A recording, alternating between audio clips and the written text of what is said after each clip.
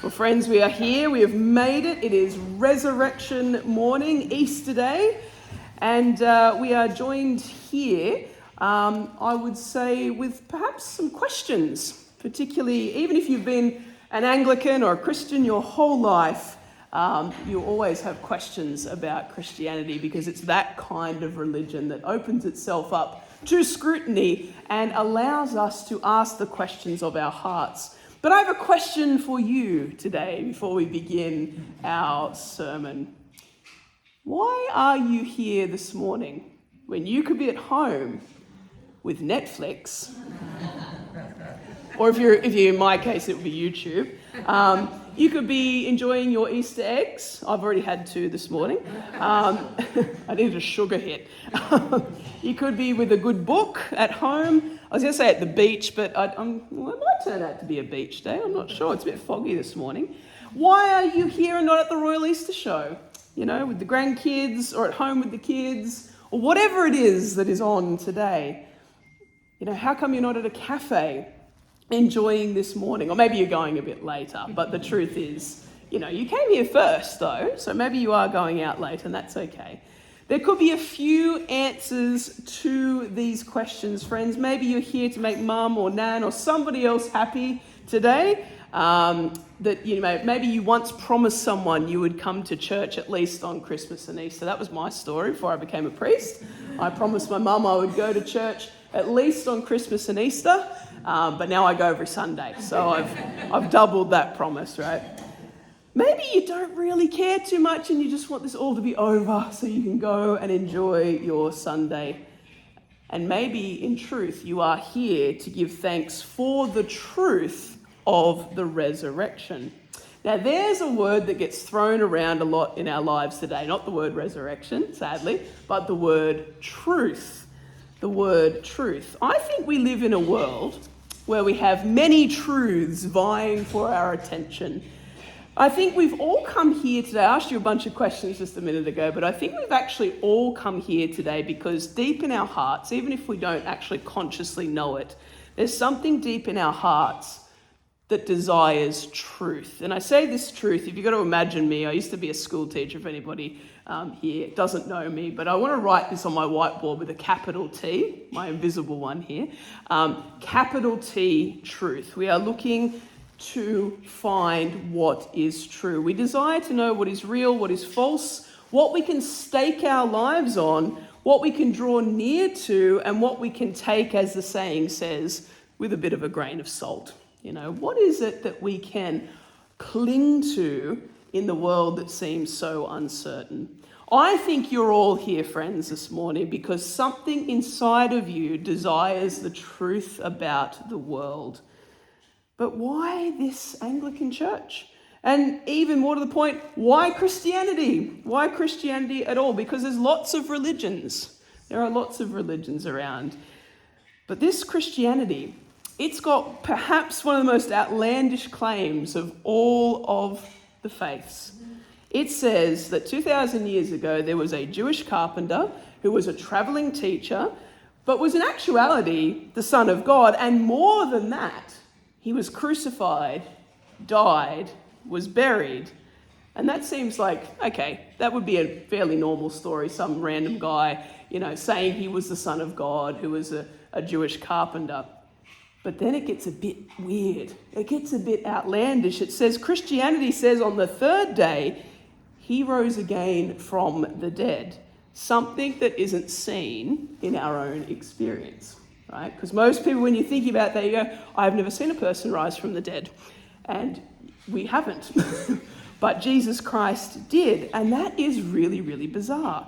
Now, honestly, friends, if I was up here trying to convince you that Christianity was true, that argument alone sounds like a fairy tale. It sounds far-fetched. Yeah, sure, Reverend Kim. How am I supposed to trust that that story is true? And it's okay if you're thinking that this morning. Even if you've been in the faith for a really long time, you can still think these things and go, oh, actually, how do I know that that is true? Now, despite what you might think, I'm not here to Bible bash anybody. because the truth speaks for itself. I don't need to quote thousands of Bible verses. The truth speaks for itself. But as a fellow truth seeker, friends, I join you from up here in my heart because I'm a truth seeker as well. I want to know the truth about life. I want to know what it is I can stake my life on and what it is I can disregard. Well, I want to give us all a piece of this truth today, friends. The truth is that the resurrection of Jesus from the dead is the be-all and the end-all of the Christian faith. See, if that didn't happen, our bishops, my priests and deacon friends, we could all go home and get another job because this church would not exist. We could shut the doors, make it into a beautiful cafe. We could open it on Easter Day, make a killing, right? Our whole reason for being here is today, is Easter Sunday. Our whole claim to the truth rests on the reality of the resurrection. Now, St. Paul, who wrote most of the Bible, or at least the New Testament, that is, says even though he himself went around crucifying Christians before his own conversion, so there's a place for you in the church. If there's a place for St. Paul in the church, there is a place for everybody in the church. He was murdering people before his conversion. But Paul says in our reading today, if Christ has not been raised, then we are the ones to be most pitied. Our faith has been in vain if Christ has not been raised from the dead. There's no point trying to explain the resurrection away or rationalize it as a myth or a symbol, or some people like to say about an inner resurrection, Jesus is alive in our hearts. None of that does justice to the weirdness of the Easter story. Because if that's all it was, we could go home, right? There's something weird about this religion. If Jesus Christ was not raised from the dead in bodily form, Christianity is a fraud. It's a joke. It's a thing to be pitied, and for us as Christians, we are to be laughed at. That's what Paul says. But it comes down to this, friends. If Jesus Christ did rise from the dead, then Christianity is the fullness of God's revelation. It is the truth, and Jesus must be the absolute centre of our lives. Or we can just reject the idea and deny the truth. There's really no third option. There's a lot of apathy in the world at the moment, but really that's still a rejection. You either accept or reject this truth. Now, it wasn't such a long time ago that I left my old life as a school teacher to become an Anglican priest and serve our communities here in the Dungog Shire. And I have lots of people, mostly my friends and people I knew in my old life, that say to me, Kim, doesn't it get you down to see empty churches? And how can you give up your good job for an archaic institution that's completely irrelevant to our everyday lives? Don't you believe, friends, for a second that the church is empty or dying? Don't believe that for a second, especially not in the Dungog parish, that's for sure. But in general, the entire church is actually on the incline. It's just that we see in our Western society that it looks like it's on the decline, but it's actually not, friends. And the reason is this.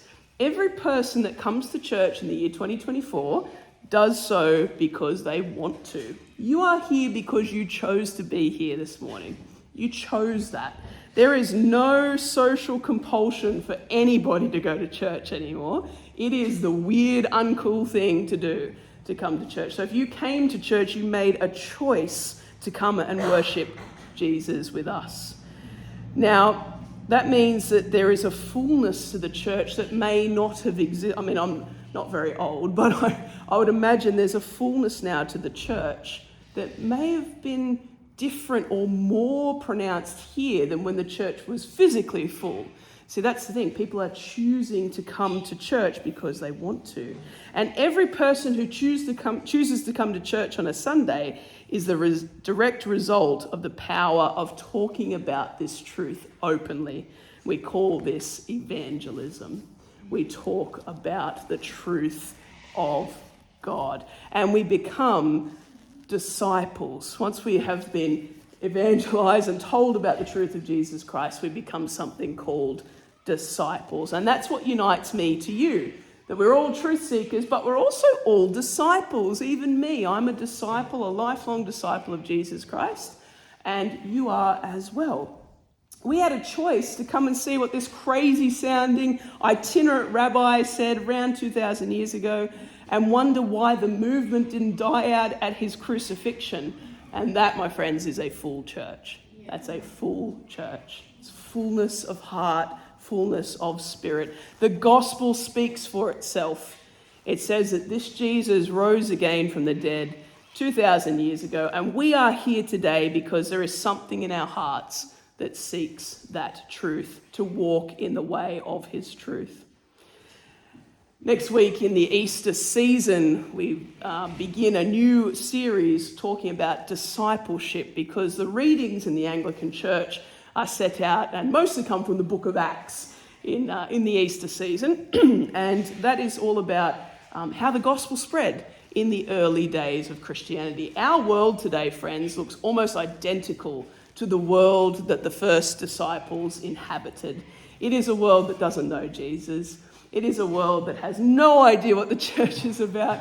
It's a world that's never encountered the gospel. Most people don't know why they are getting Easter eggs today. Most people do not know why there is a long weekend. The long weekend is so you can go to church.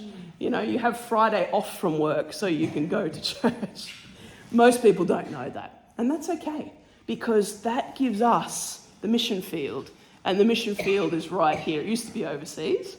Now it's right here within our communities, within our families, wherever we encounter those of us who don't know Jesus Christ. That is the mission field. So my brothers and sisters, my fellow truth seekers, fellow disciples, fellow sinners here in the church, we come together today to bear witness that we stand in the light of the truth, that we celebrate the impossible today. That's what Easter's all about, that God brought the impossible to fulfillment, that Jesus Christ, the Son of God, who took on our flesh, died like a common Roman criminal, was raised from the dead in order to reunite us to the living God, to the true God, to the God of life. And friends, the beauty of living today is that we have the choice to embrace that truth as we have today, or to reject it. And I think that is truth worth celebrating. Amen.